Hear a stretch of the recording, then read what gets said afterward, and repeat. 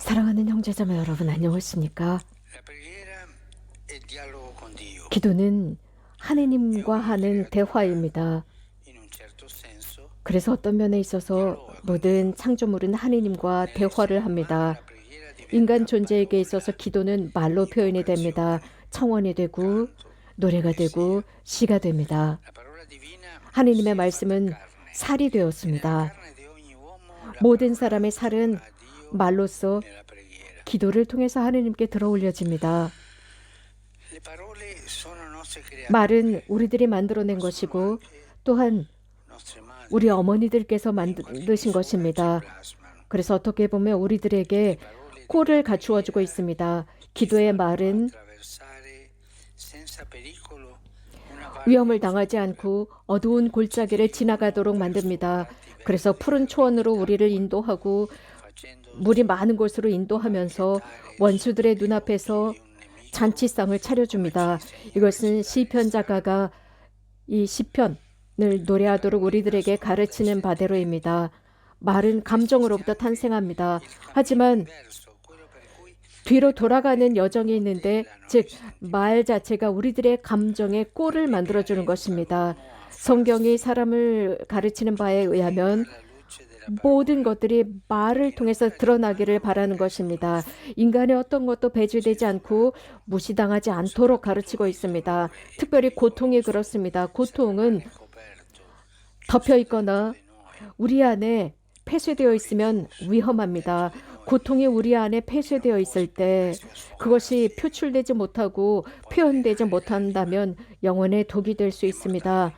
죽음일 수 있습니다.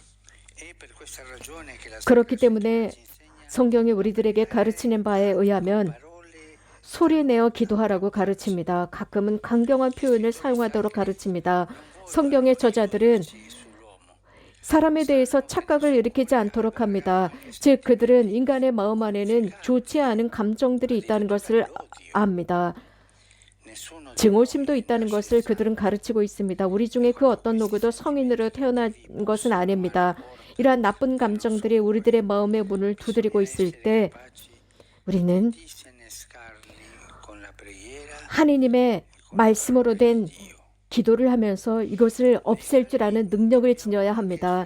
시편 속에는 또한 굉장히 강경한 표현들을 찾아볼 수 있습니다. 원수를 대항한 표현들입니다. 영적 스승들은 우리들에게 묵상하도록 가르치는데 마귀나 죄에 대한 표현들을 강경하게 하면서 묵상하도록 가르칩니다. 이러한 말은 인간의 현실에 속한 것이지만 성경 속에서 증언하는 것이 있습니다. 즉 폭력 앞에서 말이 없었다면 또 나쁜 감정들이 우리들에게 해를 입히지 못하도록 말을 통해서 다른 곳으로 유도하지 못한다면 세상은 온통 잠겨버렸을 것이라는 것을 가르치고 있습니다. 인간의 최초의 기도는 음성으로 나오는 기도입니다. 가장 먼저 입술이 움직입니다.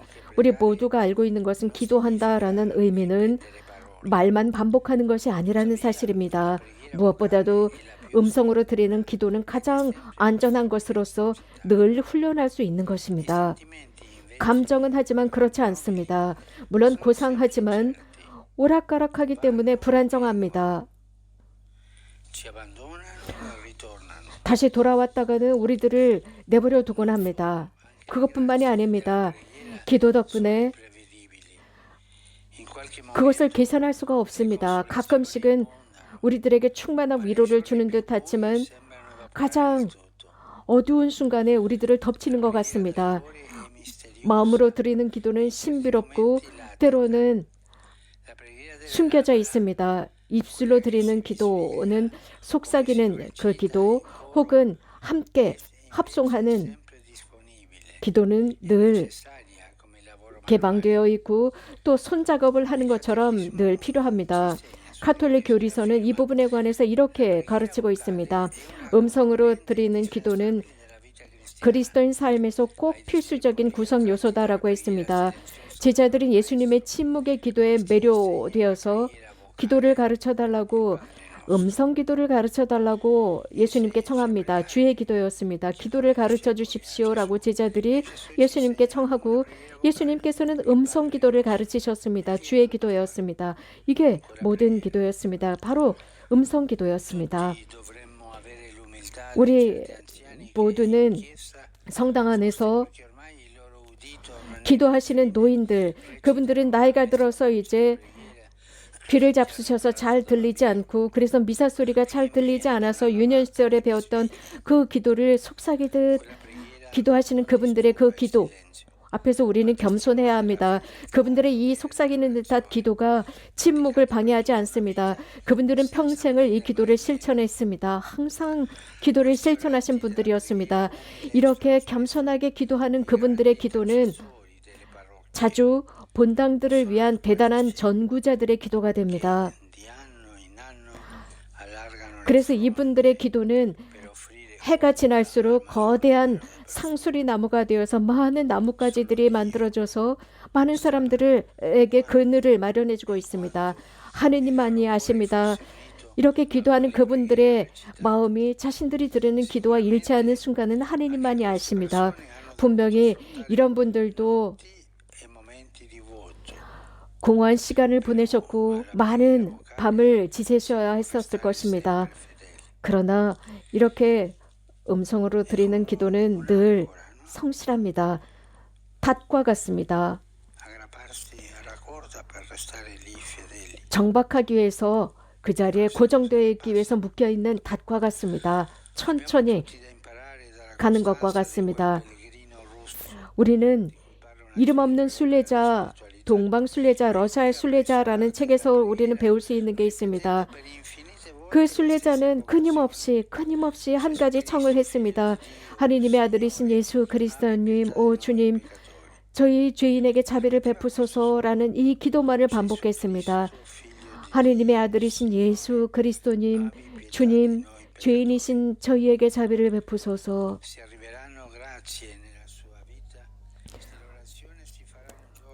이 기도, 이렇게 드렸던 화살 기도는 어느 날인가 하느님의 왕국이 우리들 안에 있음을 체감하게 합니다.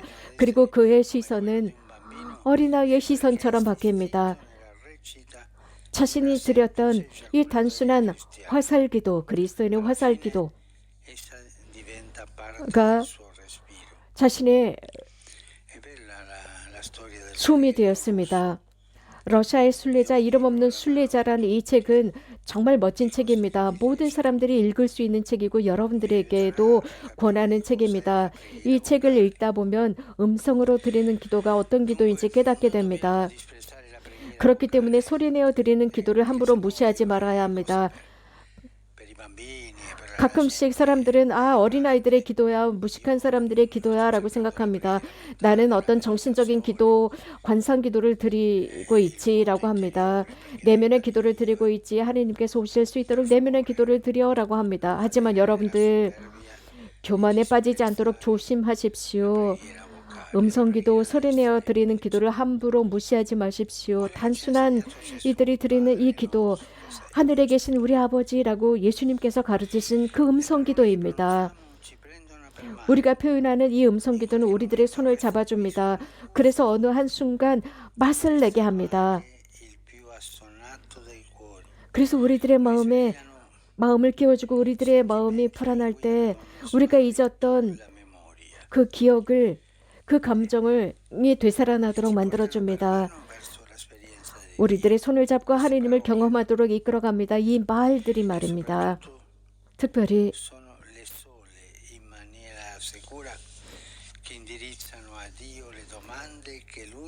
하느님께서 우리들에게 듣고 싶어 하시는 그 질문으로 우리들을 손잡아 이끌어 가십니다.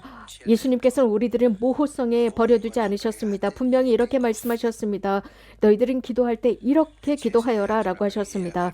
그리고는 주의 기도를 가르쳐 주셨습니다. 고맙습니다.